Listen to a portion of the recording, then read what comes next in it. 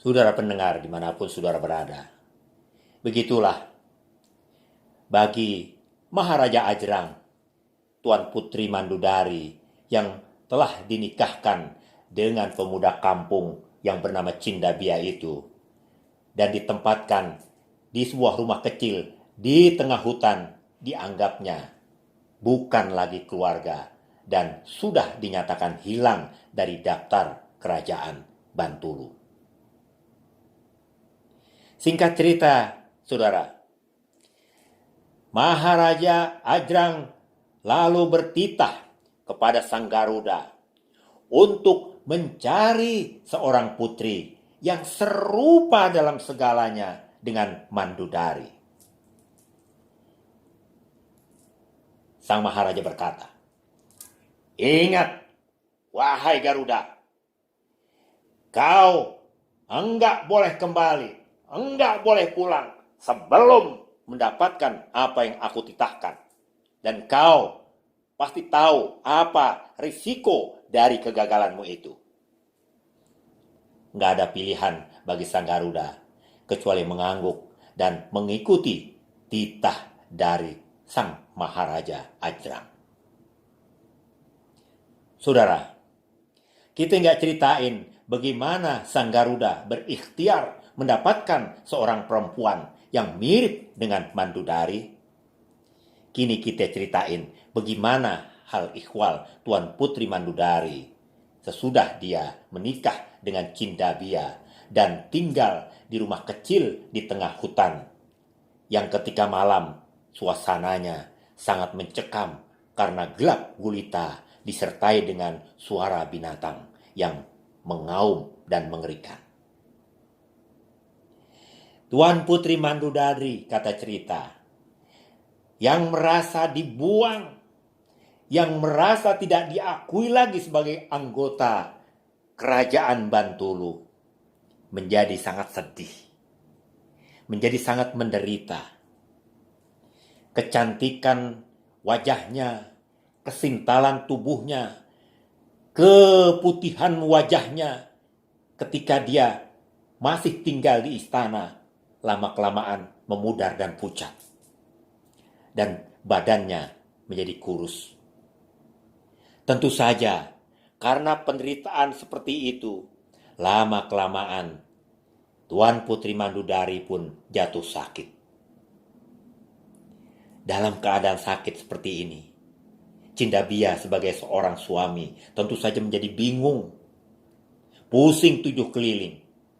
Apa yang dia kerjain seolah-olah nggak ada manfaatnya sama sekali.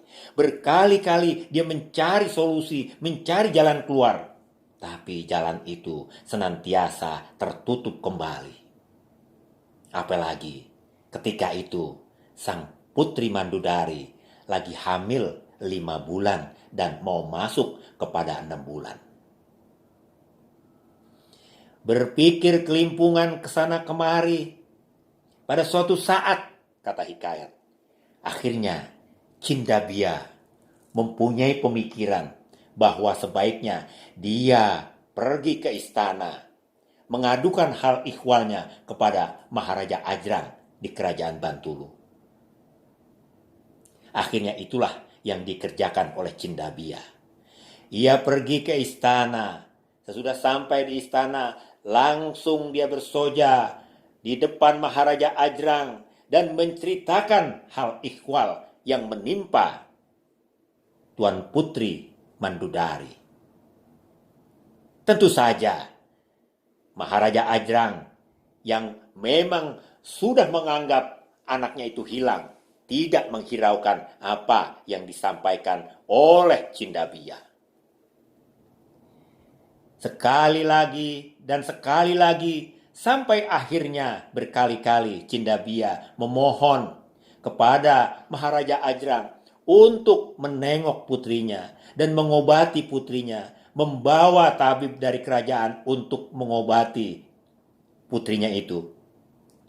Maharaja Ajrang pun iba. Dan ia bersama dengan para tabib datang mengunjunginya di tengah hutan di sebuah rumah yang kecil. Tapi ikhtiar kedatangan dari para tabib untuk mengobati Putri Mandudari sia-sia belaka. Usaha para tabib tak membuahkan hasil. Dan Tuan Putri Mandudari semakin kurus kering dan pada saatnya menghembuskan nafas terakhir. Innalillahi wa inna ilaihi rajiun. Seluruh keluarga istana diliputi kesedihan atas meninggalnya Tuan Putri Mandudari.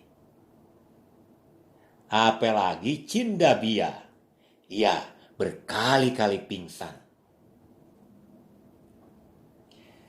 Singkat cerita, saudara, pemakaman Tuan Putri Mandudari dipersiapkan dengan seksama. Tapi rupanya Cindabia mempunyai pemikiran dan permintaan lain. Ia memohon kepada Maharaja Ajrang menyiapkan sebuah perahu. Dia akan membawa jenazah istri tercintanya berlayar entah kemana. Semula tentu saja permintaan itu ditolak. Tapi akhirnya permintaan itu dikabulkan oleh Maharaja Ajrang.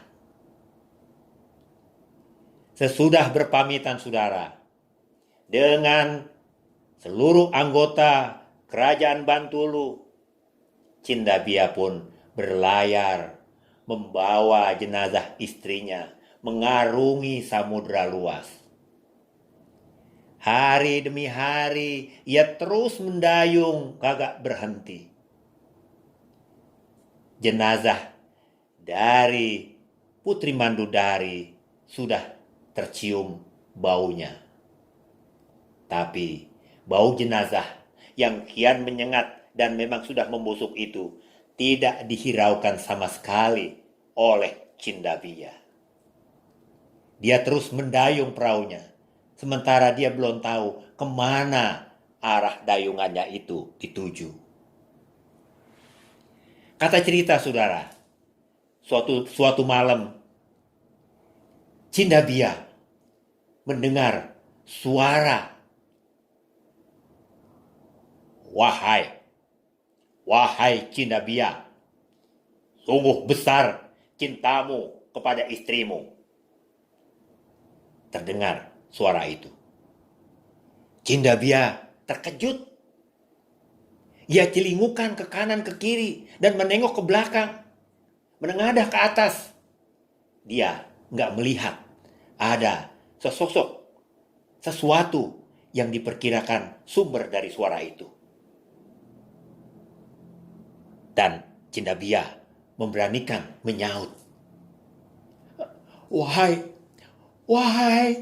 kau yang menyeru-nyeru itu, hantu atau jinkah engkau ini?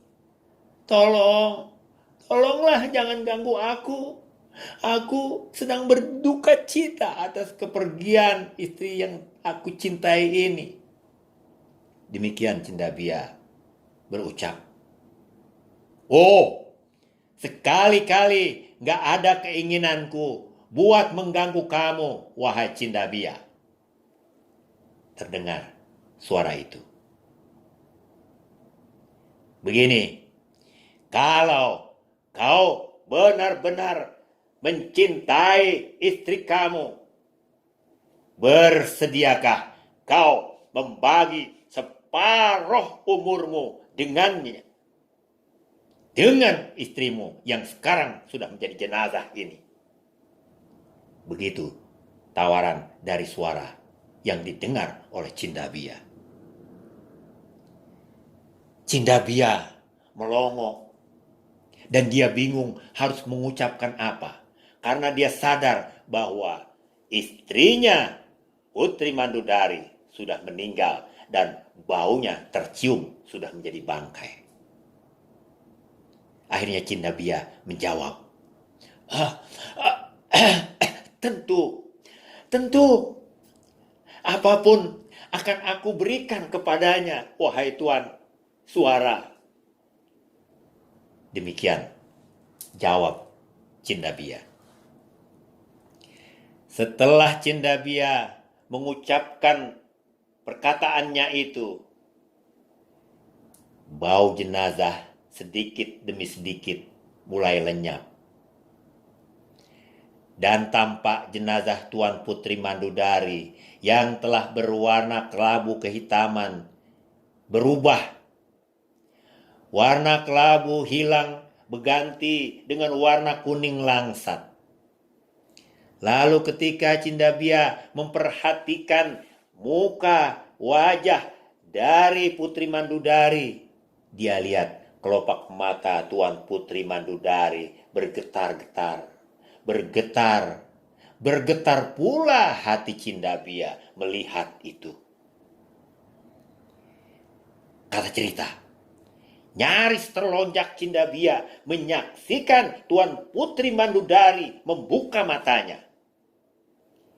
Dia nggak percaya sama sekali. Sulit dia mempercayai bahwa kini bininya yang tadi berbau busuk kini hidup kembali, seperti baru bangun dari tidur. Dan dia perhatikan Tuan Putri Mandudari melihat berkelilingan di sekitarnya. Dan matanya kemudian tertuju kepada lelaki yang tiada lain adalah Cindabia, suaminya. Dan katanya, Kakanda, di manakah kita ini? Tanya sang putri saat mendapati dirinya terumbang-ambing di atas perahu. Sambil menangis bahagia, saudaraku, Cindabia menceritakan apa yang telah terjadi. Sang putri termangu mendengar kisah itu. Akhirnya kata cerita, arus laut, gelombang laut membawa perahu ke sebuah pulau kosong. Tuan Putri Mandudari dan Cindabia turun dari perahunya. Dia menjejakkan kakinya di pantai dari pulau yang kosong itu.